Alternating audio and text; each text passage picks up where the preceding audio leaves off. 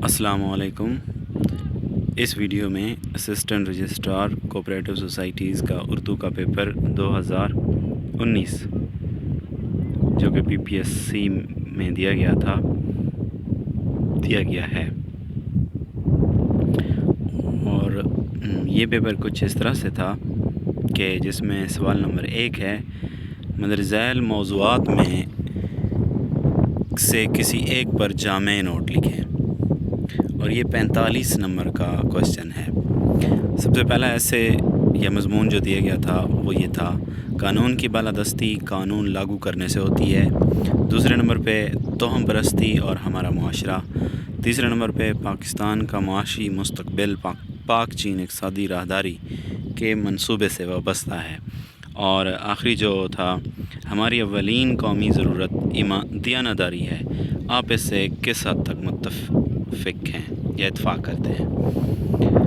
اس میں آپ کو 3 گھنٹوں کا پیپر دیا جاتا ہے، جو سب سے پہلے اس میں مضمون ہے اور وہ 45 نمبروں کا ہے۔ دوسرا جو سوال ہے وہ ہے، درج ذیل محاورات میں سے صرف 5 کو اپنے جملوں میں اس طرح استعمال کیجئے کہ ان کا مفہوم واضح ہو جائے۔ ایک محاورے کا ایک سے زیادہ جملہ مت بنائیے، اور یہ 15 نمبر کا ہے، یعنی 3 نمبر کا ایک محاورہ اور اس کا جملہ۔ سب سے پہلے ہے آئینہ دکھانا۔ آئینہ دکھانا مطلب کسی کو اس کی اصلیت دکھانا۔ دوسرے نمبر پہ ہے بلائیں لینا۔ بلائیں لینا مطلب صدقے جانا، واری جانا، قربان ہونا۔ اور تیسرے نمبر پہ ہے دل در دور ہونا۔ دل در دور ہونا، اس کا مطلب ہے آسودہ حال ہونا، افلاس اور تنگی دور ہونا۔ آگے ہے یاد اللہ ہونا۔ یاد اللہ ہونا کا مطلب ہے اچھے تعلقات ہونا یا واقفیت ہونا۔ پھر ہے 3-5 کرنا۔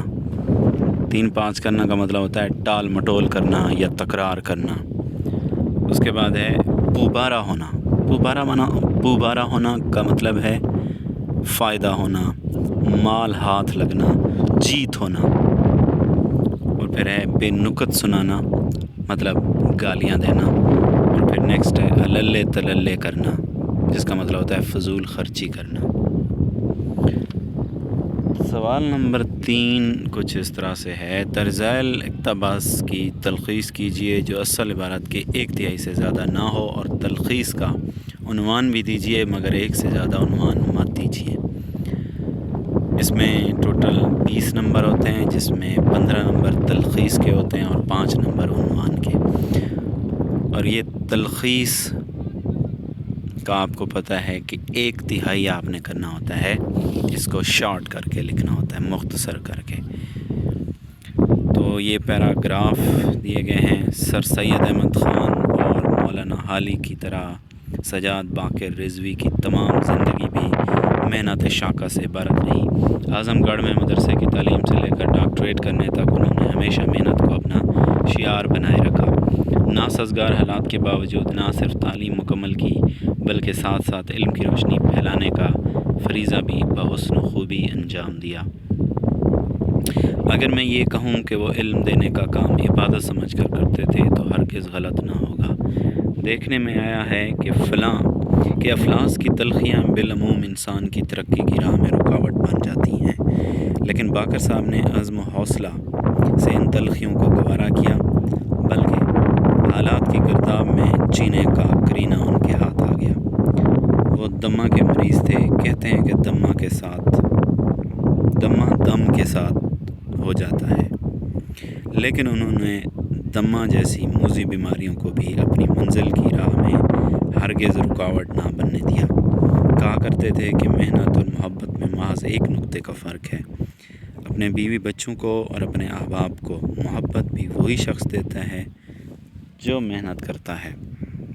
باقر صاحب کا ایک اور بڑا وصف یہ تھا کہ وہ بڑے زندہ دل واقع ہوئے تھے، دوستوں اور شاگردوں کی صحبت میں کبھی چپ نہ بیٹھتے تھے اور ہنسی، دل لگی اور چہل کیے بغیر نہ رہ سکتے تھے۔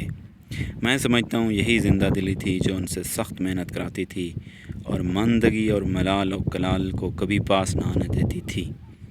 بعض اوقات وہ اپنے دوستوں اور شاگردوں کو ایسی پرلطف بات کہہ دیتے تھے کہ وہ خفگی کی بجائے حلاوت محسوس کرتے.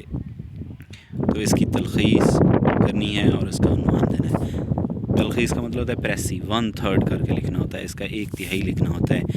300 اگر الفاظ پر مشتمل یہ عبارت ہے تو آپ کو 100 الفاظ میں اسے تبدیل کرنا ہوتا ہے اس انداز سے کہ اس کی جو اصل روح ہے وہ ضائع نہ ہو اور اس کا مطلب واضح ہو جائے. سوال نمبر 4 ہے، کسی غیر ملکی دوست کے نام خط لکھیے جس میں اسے پاکستان میں سیاحتی مواقع اور اہمیت سے آگاہ کیجیے. یہ 10 نمبر کا سوال ہے. تو آپ کو 2019 میں یہ سوال پوچھا گیا تھا کہ ایک خط لکھیں غیر ملکی دوست کے نام سیاحت کے حوالے سے. سوال نمبر 5، درزیل جملوں کو اپنی جوابی کاپی پر اس طرح درست کر کے لکھیے کہ جملے کی ساخت تبدیل نہ ہو، صرف جملوں کو درست کر کے لکھنا مطلوب ہے. یہ بھی 10 نمبر کا ہے. اس معاملے میں دونوں فریقین رضامند تھے. ہم نے کافی سوچ و بچار کے بعد دستخط کیے ہیں. میں آپ کا بہت مشکور ہوں کہ آپ بر وقت میرے کام آئے. اس میں حیرانگی کی کیا بات ہے؟